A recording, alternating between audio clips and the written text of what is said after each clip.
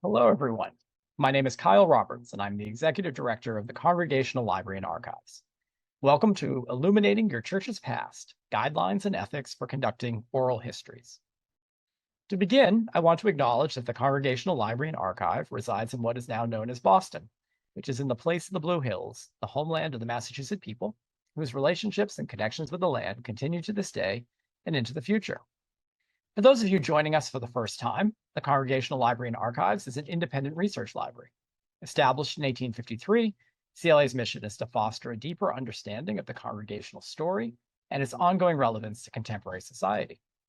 We do this through free access to our research library of 225,000 books, pamphlets, periodicals, and manuscripts, and our digital archive with more than 130,000 images, many drawn from our New England's Hidden Histories project. Throughout the year, we offer educational programs like this one and research fellowships for students, scholars, churches, and anyone interested in Congregationalism's influence on the American story. I hope you'll check out our website, congregationallibrary.org, to learn more about what we do and for news of forthcoming events. At the Congregational Library and Archives, we're committed to supporting churches struggling to engage in effective records management. From reference requests to in-person feedback, the archivists of the Congregational Library have long recognized the desire among churches to better understand how to steward their records and maintain the memories and mission of their church community. They also recognize the challenge of not knowing where to begin.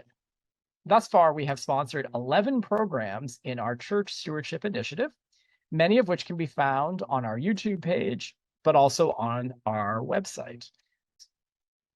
And without further ado, let me introduce our speakers. Zachary Bodner graduated with a Master's of Library and Information Science from Simmons University with a concentration in archives management in 2018. Prior to his work at the CLA, Zachary worked at the Bellamy Faraday House and Garden Archive, the Vassar College Special Collections, the Harvard Law School Library, and the Harvard Botany Libraries. Zachary joined the CLA as an archives assistant in 2017, helping to prepare materials for digitization through the New England's Hidden Histories project. In 2018, he took on the title of archivist. His professional interests include metadata collection and management, digital archiving, audiovisual preservation, and archives management. Billy McCarthy graduated with a Master's of Library and Information Science at Simmons University with a concentration in archives management. He started working at the CLA through a graduate internship and became full-time as an archivist in 2018. Billy is the head of reader services, helping the CLA's visitors with reference requests and facilitating in-person research. Billy also serves as the collection manager for the archives, working with CLA's offsite vendor to protect and maintain the organization's archival records. Some of his professional interests include increasing access, collection management, processing of complex materials, and facilitating research. Okay, thank you, Kyle, and good day to everyone who has tuned in to today's program, Illuminating Your Church's Past, Guidelines and Ethics for Conducting Oral Histories. We're so excited to have you here today for the 12th webinar of the Church Stewardship Initiative. The Church Stewardship Program is now on its 4th series of webinars, and we still haven't run close to running out of topics to discuss. For those who are interested, every one of our past webinars is available to view at your leisure on our CLA's YouTube page. There is a handy playlist that includes all of our past programs in chronological order, and we hope that as you start to think about the stewardship of your church's records, that you go back and listen to those past programs. Okay, so oral histories are a great way for a church to learn about its own community, mission, and history through conversations with the members that lived through it. This can be especially important for churches that have gaps in their 20th and 21st century records. That said, oral histories must follow strict rules and procedures to ensure they are done ethically and respectfully. I'm going to start by talking a bit about why oral histories can be an incredible and useful tool, but also a couple of potential drawbacks. Zachary will then provide some advice on the ethical side of oral histories, including discussions on copyright, consent, and agreement forms. I'll then jump back in to discuss some best practices, guidelines, and technologies for conducting an oral history. Do keep in mind that neither of us are full experts in the topic of oral histories, and it is a study and practice in and of itself. We're going to be leaning on the great work from numerous organizations that do this more often than us, which include places like the Oral History Association, the Smithsonian, Columbia University, and many more. So, what exactly is an oral history? The Smithsonian's definition is better than anything I could ever come up with, so I'm just going to go ahead and use theirs. Oral history is a technique for generating and preserving original, historically interesting information, primary source material, from personal recollections through planned recorded interviews. This method of interviewing is used to preserve the voices, memories, and perspectives of people in history. So while we obviously can learn quite a lot from a church and its communities, from the church records like meeting minutes, photographs, or even sometimes finances, oral histories can provide a unique perspective that those other records simply cannot. Oral histories, as we talk about them today, have their origins in past events being transferred via spoken word. Oral tradition, as it's known, takes various forms like poetry with the goal of preserving culture. However, oral history and oral tradition are not interchangeable and are treated as separate disciplines, but I assumed you've all probably likely heard both, so I wanted to make sure I explained the difference. Quoting from the Texas Historical Commission, oral tradition is a body of narratives passed down verbally from generation to generation beyond the lifetime of any one individual. It can include things like stories, songs, sayings, memorized speeches, and traditional account of past events.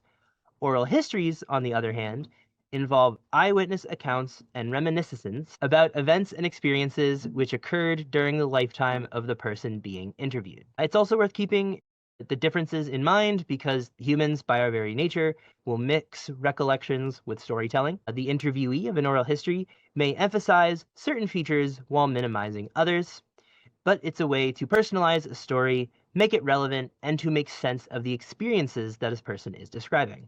The interviewer of an oral history should always keep this in mind while conducting an interview. One aspect that makes oral histories valuable is that they document events that may not be documented elsewhere and inform a shared living experience of church life. As an example, you could have a photograph for a particular church event, but an oral history could provide additional context on how that event went, describe activities not otherwise noted, or explain what that event might have meant to the life of the interviewee. A line from meeting minutes would typically say something pretty quick like, the event was successful and everyone had a good time. But an oral history can say much more than that, such as, I had a great time at this event because of X, Y, or Z. So several of the places I consulted offered various other benefits of oral history, and I thought I would just list some out in no particular order. Oral histories can provide a way for someone to tell an entire story without fear of having that reduced to a single sentence or a single soundbite. They can challenge pre-existing and harmful narratives with a person's lived experiences.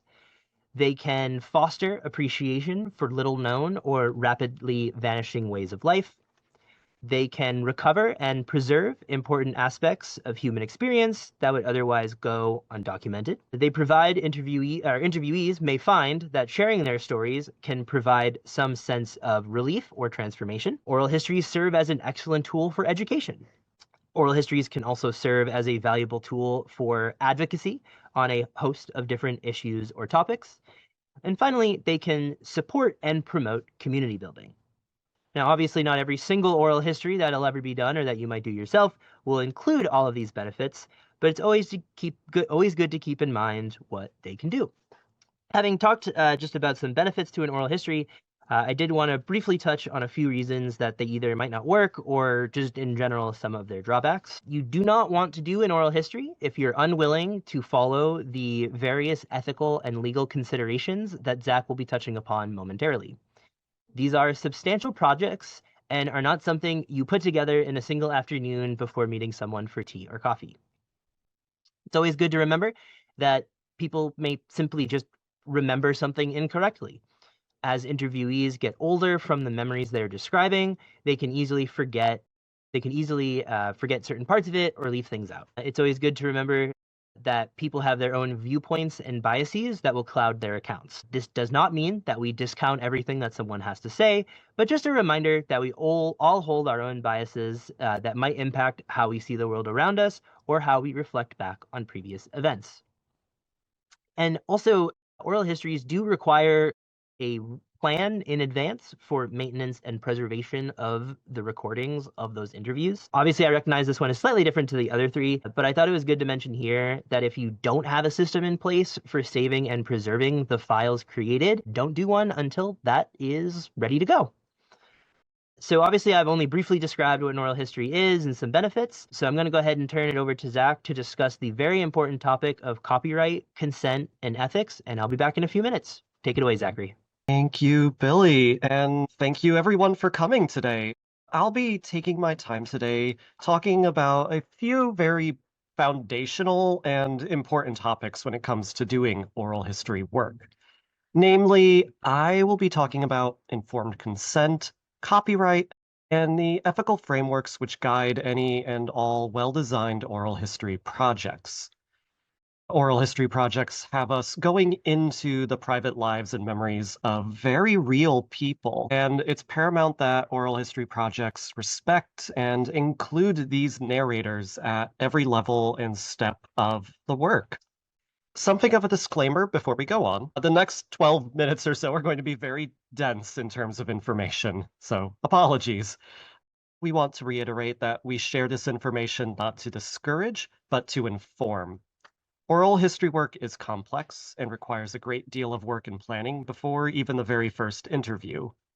Oral history done right is incredibly rewarding work, and we encourage that work.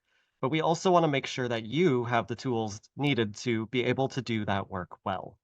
So the first big topic I need to handle is that of informed consent. You'll probably have heard the term as it's related to medicine, but it is also a very relevant term within the world of oral history work. The Oral History Association provides us this definition: an agreement that documents, verbally or in writing, that the narrator has been given all the information necessary to come to a decision about whether to participate in the oral history project. At its heart, informed consent is about communication. The interviewer must be able to communicate to the narrator the purpose and scope of the oral history project. They must additionally be able to communicate what is needed from the narrator for the project. This can be practical logistics things, such as how long they need to set aside for the interview, or larger project narrative things, such as how someone's recollections may be used to understand the past within the context of an oral history project. Narrators should be given answers related to questions related to their rights, what their role will be in the creation of the final product, how the interview will be used, and how the interview will be preserved and or made accessible in the long term. Finally, it must be communicated that narrators can opt out of oral history projects at any time. As the Oral History Association's definition on the last page suggests, informed consent is more a process than just a signature on a form, though that too is a part of it. Informed consent is both created and documented through communication. This communication should begin long before any recording equipment is ever brought to the table. Initial talks, sharing project documentation, going over forms, and more are all things that should take place to build informed consent. And then, at the end of all of this communication, the narrator, interviewee, should sign some sort of release form which clearly defines the rights and responsibilities of all parties involved, and clearly indicates that all parties involved are competent and willing to provide consent for an interview. I'll talk soon at length about what these release forms can actually look like, but first I need to cover another topic often brought up in oral history release forms. I've talked about copyright in our past program on accessioning, so I'll try not to repeat too much information here. But very briefly, copyright is a right automatically granted to any created work that is made tangible such as by putting words on a paper, paint on a canvas, and voice onto a recording device. When it comes to oral history interviews, both the interviewer and the interviewee have claims to copyright over the final recording. The fact that both have such claims is very key here, so keep that in mind. When the interviewer is working for a larger organization, such as a cultural repository or library, the organization typically is the one to retain copyright rather than the interviewer themselves. This is called a work-for-hire relationship on the copyright side. The reason I wanted you to hold on to the fact that the interviewee has claims to copyright is that this means that they have claims to ownership over their own voice and how it is used within any oral history project. Because they hold copyright over the interview itself, it is paramount that explicit permission to use the interview as part of the oral history project is granted in a release form. Proceeding with an oral history project without such stipulations opens everyone involved to potential legal risks. This is why copyright is generally handled as part of the release form. These release forms can tackle copyright in a few different ways, but generally amount to either one, asking that the interviewee transfer all copyright claim to the interviewer/oral history project, or two, that the interviewee provides the interviewer/oral history project a license to use the interview within the limits of the oral history project's scope. Most cultural repositories and organizations will generally prefer to hold all copyright claims to an interview, as it helps to ensure that the oral histories can be made accessible to as wide an audience as possible in perpetuity. However, this is not always an option, and every organization and/or person doing oral history work needs to figure out what method of rights transfer works best for their specific project. All right, we've talked about how important the release form is for every oral history project.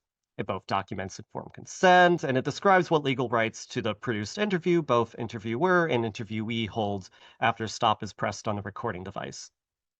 The release form should be discussed long before the start button on that device is ever pressed, though. Interviewees should be given a copy of the release form in advance so that they may look it over well before they need to sign the document. Further, they must be given the opportunity to ask questions about the form before they do need to sign it. Now, we need to talk about how to craft a release form. Ideally, every oral history project should have a bespoke release form. Fortunately, though, we don't need to remake the wheel with every oral history project. Oral histories are fairly commonly done, and so we have plenty of examples on the internet of forms that we can draw on when crafting our own.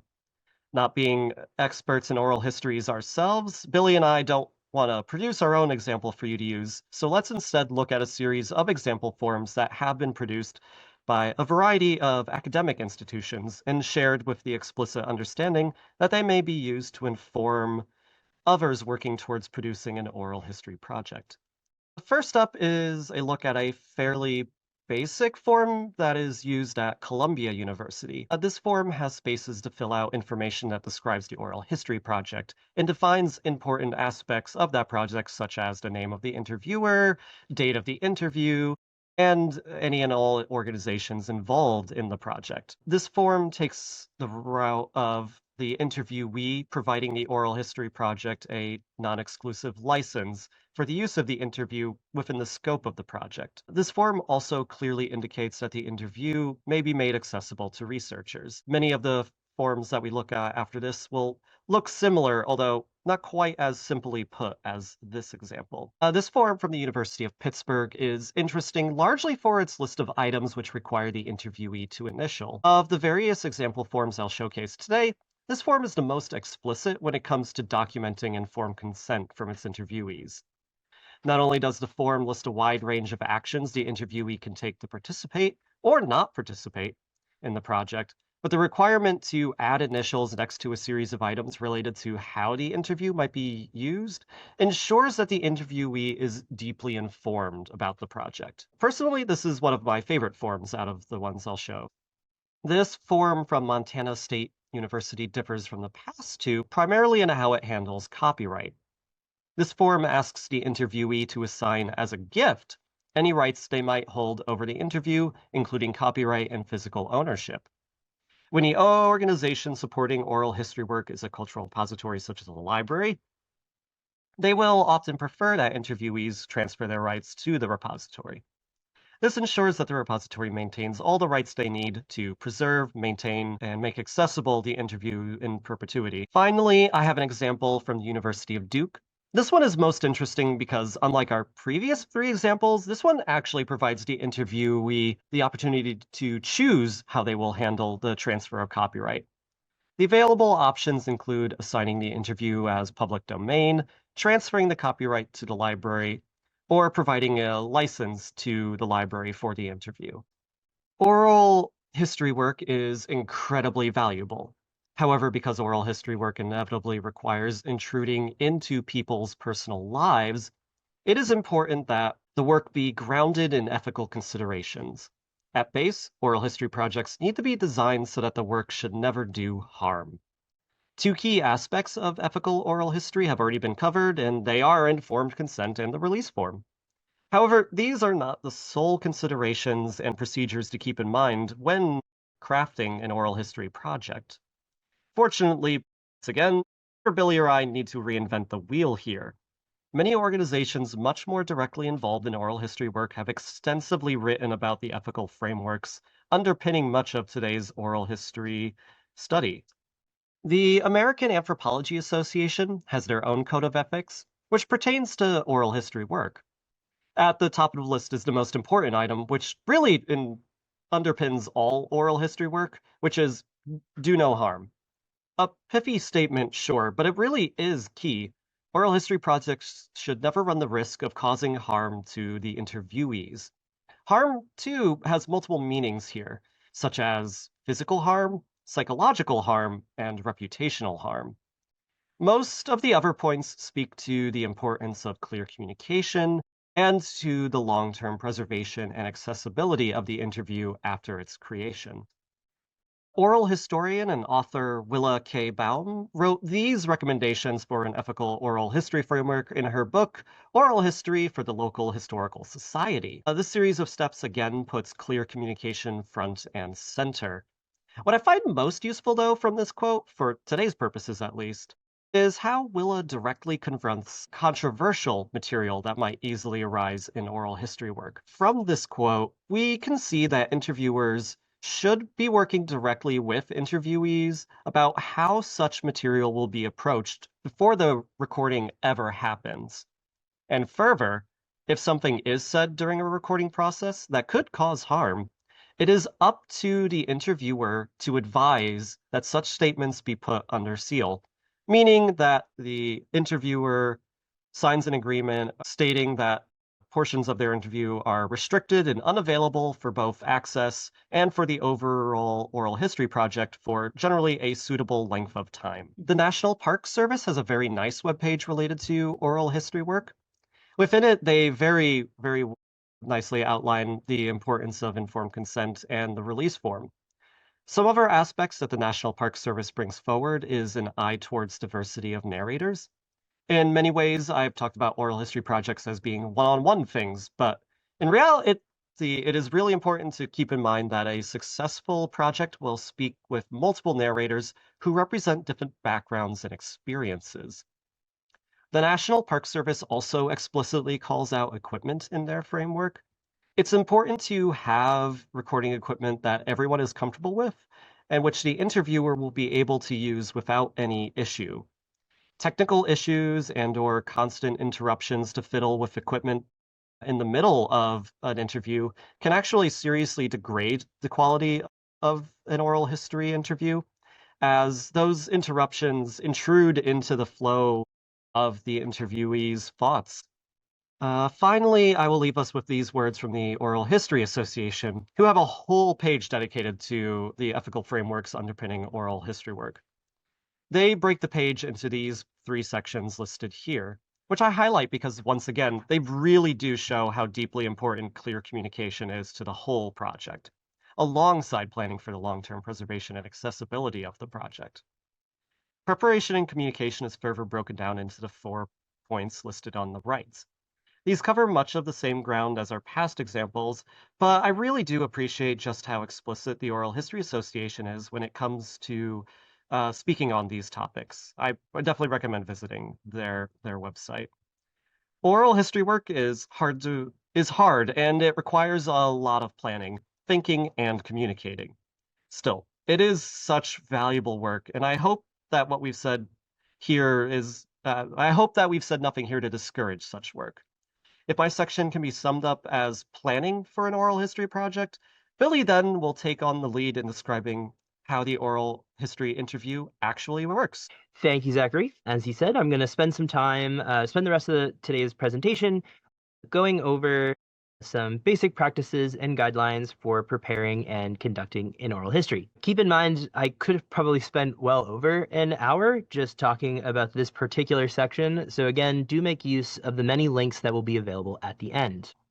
I'm going to start by focusing and using the 6 R's of oral history interviewing that was put together by Martha Ross, which you can find on the Smithsonian's website, again, which you'll see at the end, who is a well-known historian and former professor at the University of Maryland. Research means that thorough preparation enables the interviewer to know what questions to ask and is essential for establishing rapport with the interviewee. Research pays off during the interview when your knowledge of names, dates, and places may jog the interviewee's memory. For an interviewer working alongside a church, it can be good to look through documents to see what is already known and to use the interview to seek new information, clarification, or interpretations for a particular event that the interviewee was a part of. You'll also want to conduct basic biographical research on your interviewee, read publications or profiles, speak with others about the topics to cover, develop a list of personal names and terms, and potentially gather some photographs into a physical file if your church has them available. All of these and more can prove valuable in the interview and are worth considering. Rapport is established with the interviewee by approaching them properly, informing them of the purpose of the project, and advising them of their roles and their rights. A pre-interview call or visit to get acquainted and discuss procedures is recommended, and Zachary has already laid out a lot more that you can do during this stage, so I won't go back into it. Restraint from the interviewer maintains rapport by following good interview techniques, by being efficient but unobtrusive with equipment, starting at the beginning and proceeding chronologically, asking open-ended questions, listening closely without interrupting, following up on details or unexpected avenues of information, challenging questionable information in a non-threatening manner, and generally maintaining an atmosphere in which the interviewee feels able to respond fully and truthfully. Be sure to focus on recording their personal experiences rather than the stories about others or that they may have heard. If they're kind of going into general stories, say something to the effect of, well, tell me more about your role, or describe how you felt that day, or, how you dealt with this particular situation, something like that. You should also be sure to let the interviewee do the talking. Try to avoid telling your own stories or offering your own opinions. If you are asked for an opinion, try to explain that the interview is designed to record their point of view, not your own. Retreat from the core topics discussed by closing each interview session by asking some kind of deflationary question, such as an assessment of the experiences just discussed. All sessions should be planned and scheduled so that they conclude before the interviewee becomes fatigued. As part of planning for today's talk, while there's no consensus or anything, I seem to have landed on like an hour and a half as kind of the typical recommended length for a single interview. As always, the comfortability of the interviewee is the top concern, so if they only want to do an hour, then plan around that hour. You can also use the conclusion of the interview to get clarification on spelling or anything quick that you had noted during the interview itself. As the interviewer, you should review and listen to that interview pretty close afterwards to analyze your own interviewing technique and to pick up on details that may be worth following up in any future sessions. Respect underlies every aspect of oral history. Respect for the interviewee as an individual, their experiences, and for the way that for the way that they remember that experience, and for the way they are able and willing to articulate those recollections. Maintaining respect towards the individual and towards the practice of oral history interviewing is essential to your personal success as an interviewer. Okay, so let's dive a little deeper on the interview itself. I'm going to, again, quote a little bit here from the Oral History Association's website. The interview should be conducted whenever possible in a quiet location with minimal background noises and possible distractions. The interviewer should record a lead-in at the beginning of each session, which should consist of contextual information and include names and, when appropriate, pseudonyms, the full date, so day, month, year, day of the week, of the recording session, the location of the interview itself, being mindful to not list any personal addresses, but something generic like person's home, and of course the proposed subject of the recording. Both parties should agree in advance to the approximate length of each interview session, like I mentioned before. Given the unpredictability of the setting, however, the interviewer should be flexible and prepared for sessions to either be cut short, with minimal interruptions, but interruptions will likely happen, or possibly run long, as long as both parties are in continual agreement. Along with asking open-ended questions and actively listening to the answers, you should be ready with follow-up questions for clarification, elaboration, and reflection.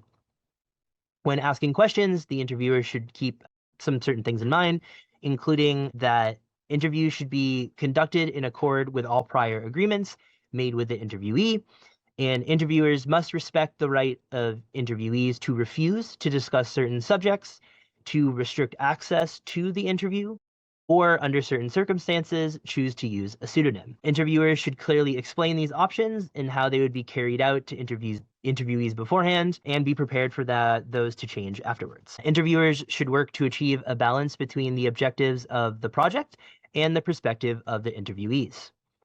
Interviewers should provide challenging and perceptive inquiry, fully and respectfully exploring appropriate topics, and not being satisfied with, kind of basic yes and no responses. At the same time, they should encourage interviewees to respond to questions in their own style and language, and to address issues that reflect their concerns. Interviewers should be prepared to extend the inquiry beyond the specific focus of the project, so that the interviewee can freely define what they find to be the most relevant about a certain topic. In recognition of not only the importance of oral history to an understanding of the past, but also the cost and effort involved in the process, interviewers and interviewees should mutually strive to record candid information of lasting value to future audiences. Okay, so I've talked a bit just about the interview, but I do want to discuss some technology, as well as kind of closing thoughts on preservation, access, and use. For professional oral historians and institutions, they will typically use sort of professional quality digital audio recorders. While putting this together, kind of two of the ones that kind of came up would be the H5 or 4 by Zoom recorders, or anything made by the Marantz Professional Company. Obviously, these ones are going to be more expensive, but if you know someone in your community that has one to borrow, consider it as an option. Of course, we all live in a world now with smartphones that have free or built-in applications that can be used as well. iPhones, for example, all come pre-installed with a voice memo app. And for Android users, you can really easily find one for free on the Google Play Store. If you're going to go this route, be sure to check in advance where the mics are located on your phone, and be sure they're not blocked by phone cases, hands, or other objects in the interview space. You'll absolutely want to test this software first, ideally in the same space where the interview would be taking place. On the preservation side, the recordings of the interviews should be stored, processed, and accessed according to established archival standards designated for the media format you're using. And whenever possible, all efforts should be made to preserve the electronic files in formats that are cross-platform and non-proprietary. And the obsolescence of media, should be planned and assumed. As an example, if you've joined us a while, you've heard me say this a few times, but we have dozens, if not hundreds, of cassette tapes in the collection that have now more or less become obsolete, and pulling those recordings out can be time-consuming and expensive. Plan on having the interview files placed on a hard drive or a cloud service, or just something that's not only the phone of the interviewer. When you first transfer the files to a computer or another source, be sure to rename them. Do your own that works, but just keep it consistent. That's what matters. And then finally, access. One thing I didn't have too much time to cover is that the interviewer should be setting aside time to make a transcript of the interview, as that is part of the access of that interview. Make sure to share the recordings and any other files related to that oral history interview with the interviewee themselves. You want to make sure that you're always honoring any stipulations or prior agreements and abide by restrictions set forth by the interviewee. As an interviewer, you have a responsibility to provide timely access to these various materials. It's also good, when possible, to work with the interviewee on how best to describe the materials for public access and use. So I've included 6 different oral history projects here on this slide that I compiled while preparing for today's talk. I would highly encourage everyone who's going to be doing some of this work to check out 1 or 2 so that you can kind of see how these interviews work in real time. And you may even find some really good questions that you want to use in your own oral histories. So I just want to conclude with one final reminder that oral histories are a huge undertaking, but one that we feel can have really significant benefits for churches wanting to learn more about their community through the individuals that lived it. They require meticulous care, preparation, and attention. I highly encourage everyone that wants to move forward with an oral history project to review today's talk, then review some of the resources. I'll give a shout out to 2 I've already mentioned, but the Oral History Association, the first link, and the Smithsonian Institute, the second link. I personally found those to be incredibly helpful, and the others are also great examples and different information. You are not want for information. Thank you so much for listening to today's talk, and I'm going to turn it back over to Kyle for the Q&A session. Thank you.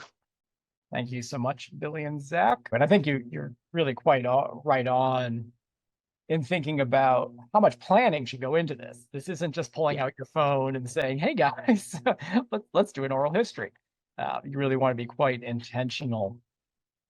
Wonder if maybe starting off as the questions are coming in, if you want to talk a little bit about, stop that share. If you want to talk a little bit about the oral histories that you've received at the library and what it can look like as an institution receiving these. What kind of formats do you want to see them in? Are there any things that you're like, I wish that had been done differently? So if we think about the audience out here being the creators of these, but maybe the library being the final repository for them, what's your advice? Oral histories, when the library is not directly involved in their creation, can be a bit of a tricky proposition. Libraries do want to receive these types of materials. However, again, when they're not the party responsible for their creation, there are certainly things that they do have to keep in mind. Generally speaking, at this point, we would want electronic versions of files rather than physical media, for example, audio on old cassette tape, magnetic tape recording devices, just because that is a dying media type, and the ability to play back and preserve that media type is increasingly becoming difficult, to say the least. The biggest concern is always going to be who actually has rights to the audio on those oral histories, especially oral history interviews that are done in the 70s, 80s, 90s.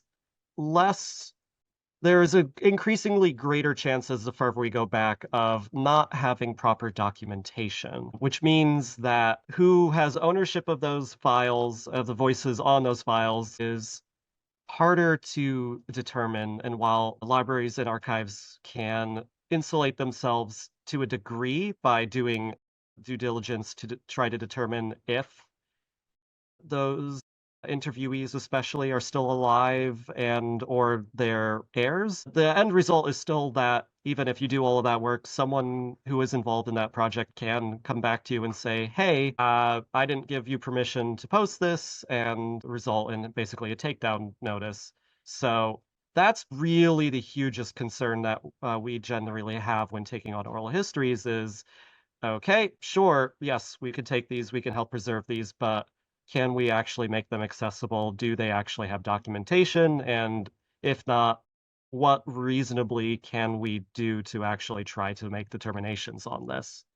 Great point. I think that for all of you listening to this, do keep in mind, let us err on the side of making some of those decisions. If you have a box of cassettes from your church's oral history project from 1985, because you don't have paperwork on them, don't assume that they're not going to be something that can be preserved. Do pass them along. But when you have the luxury of planning and you're doing this work right now, I think this has been a great guide for kind of thinking about all the things that you want to do to ensure that people can actually use these materials. You know, the folks who are doing the interviews are putting a lot of their time and a lot of their own effort into this, and it's a shame when these stories can't be shared. Wonderful question here from an anonymous attendee. I wonder if you could share any examples of oral histories as activism, something that was mentioned near the beginning in the potential benefits of oral history section. Yeah. So what I think of when I think of oral histories as activism is that it's an opportunity for people kind of at the boots of the ground level, or the actual people that have the lived experiences, to get out their version of the story and their experiences, as opposed to kind of high level, I use the word soundbite as well, just the idea of like kind of a sanitized version. Two that I have ideas on that I would share. The LGBTQ RAN, Religious Archives Network, has an excellent archive of over 90 oral histories that provide perspectives of the community from the community itself. There's also a great oral history project from ACT UP, which has the same kind of things, but for the AIDS crisis. Smith College has a large set of oral histories for activism for women at Smith. And all three of them, what they have in common is that they are opportunities for the people that were there for these events to talk about what actually took place, as opposed to things you might hear about it that probably don't have the most charitable outlook on things. That's just a couple examples. There are hundreds, I'm sure, but I hope that helps, give you some examples. And it's best, we celebrate here how much church records contain about the members of their churches. But I think Zach and Billy, who spend a lot of time looking at these records, often see there are dominant voices, right, that sort of come through, that the moderator of the church, the deacons, the minister often gets recorded in disproportion, maybe, to the folks in the pews. And oral history has that opportunity to be intentional, not just to go to the people who have been the people in charge the entire time, but to think about what other voices, what other stories. And I think often we might be surprised in what we hear there. Our great friend Anna Swingren asked, what are the copyright issues pertaining to transcripts of oral interviews or interviews that are written up if the interview isn't recorded? Great question. I do not claim to be a legal expert on this particular question. However, my understanding is that transcripts are not generally considered transformative, and therefore, even if it is a transcript written up afterwards or a transcript of a written interview, both the interviewee and interviewer maintain copyright over the work itself and the transcripts that are derived from it, unless that is stipulated in one way or form by another in a release form. Thank you. Question here from Pat Vondel, another great friend of the library who has done her own oral histories, which are on deposit here at the library, if I'm not mistaken. Pat writes, thank you for your comprehensive treatment of ethical considerations and informed consent in conducting oral histories. We're considering working with teen youth group members of our church to do an oral history of the experience of young people at the church during the COVID years, based on strategies our church used to continue Sunday school classes, church youth group activities, etc., and what it meant to them. Just as my own editorial aside, I think that's fantastic. I think so often we think we're only going to go to the oldest members of the church for our oral history, but COVID was such a pivotal moment in the lives of our churches, Pat. I think I love that idea of there's been enough time to reflect, but getting that down. So Pat's question, back to, aside from my tangent, do you have any thoughts on ethical considerations, consent forms for perhaps agreement with parents when teenage youth are interviewing youth in the age ranges between 11 and 17 for an oral history. That's a great question about when can you consent to an oral history. Pat has a professional background and experience in this work, but is concerned with issues relating to interviewing youth. What are your thoughts, guys? I think I share those concerns. Again, not an expert, consult local laws, but I believe you would need at minimum parental consent in order to be able to consent to any kind of interview or being an interviewer.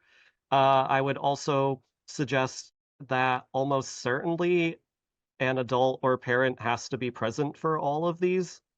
Those are the two thoughts that immediately come to mind. But again, not my area of expertise in particular for this question.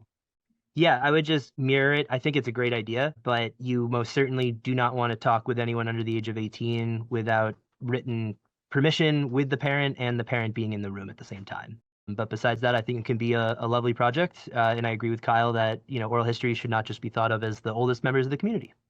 Thank you. So Richard Sinclair asks, how does one address competing claims of ownership, say between individual and a group, or between the interviewer and the interviewee?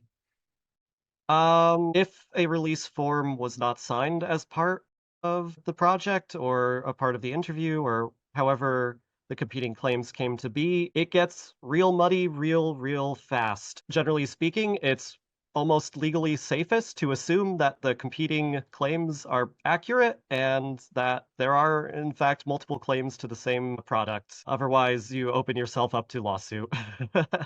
That, again, why the release form is of incredible importance, because it helps to clarify competing claims.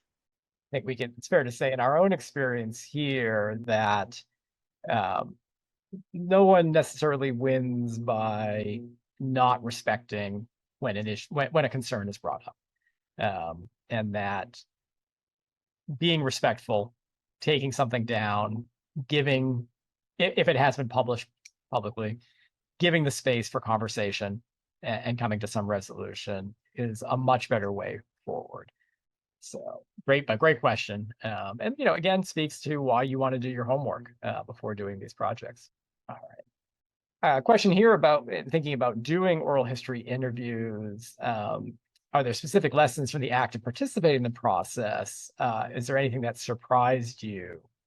I can jump in. I've only done one, and it was in my undergrad. It was with someone in the Marines. I thought it was really awesome. I have a very positive feeling on oral histories when done correctly.